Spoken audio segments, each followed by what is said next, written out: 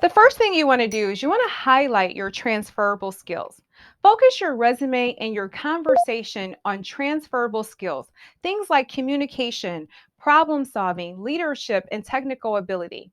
If you're not quite sure what your transferable skills might be, think about the occupation that you had before your conviction and identify some of the key roles that you played at your last employer. If you've never had a position before, take the time to do a career assessment. It's free on careeronestop.org. It's a government website where you can determine what your interests are, your abilities are as well, and it allows you to focus on your transferable skills, skills that employers find helpful in the positions that they have available. Employers at jobfairgiant.com events want to know what you can do and how you can contribute to their team, not what happened in your past. Craft your resume to showcase your strength and your accomplishments. Number two, practice selling your strengths in person. That means I want you to create yourself a script. Write down what's positive about yourself and what's positive about the experience that you have and the skills that you have.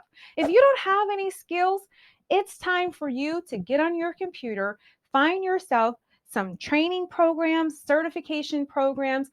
Find yourself some skills so that when you're talking to an employer at a job fair or on the phone, you can tell them what makes you shine as the best candidate. Practice skill based elevator pitch before attending any type of career fair event.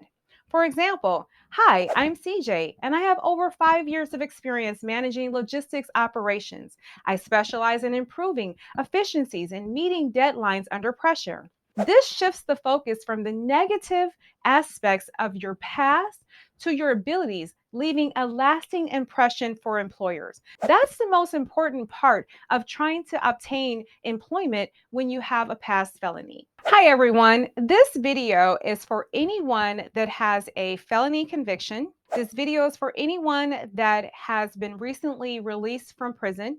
I ask that you share this video because there is some great information that I'm going to provide in this video. Oftentimes, your probation officer or your parole officer will tell you to ask employers if they are felony friendly. Here's the truth. There are not any employers that are felony friendly. What they want is to not even think about your felony that you have. Instead, I want you to focus on not using the word felony friendly. Let's talk about the term felony friendly employers. Never use it again.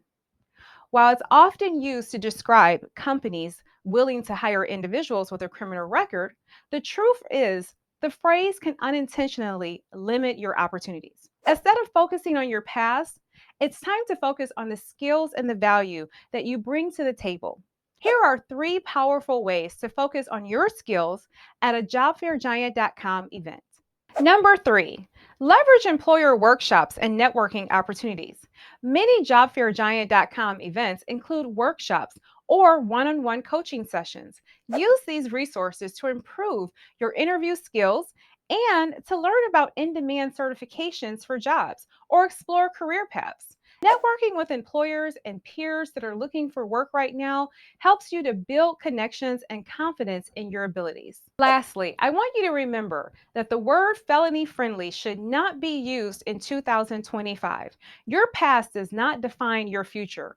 Focus on your skills and your values and your potentials. Visit jobfairgiant.com to find the nearest career fair event to you and take your first steps towards your bright career future today.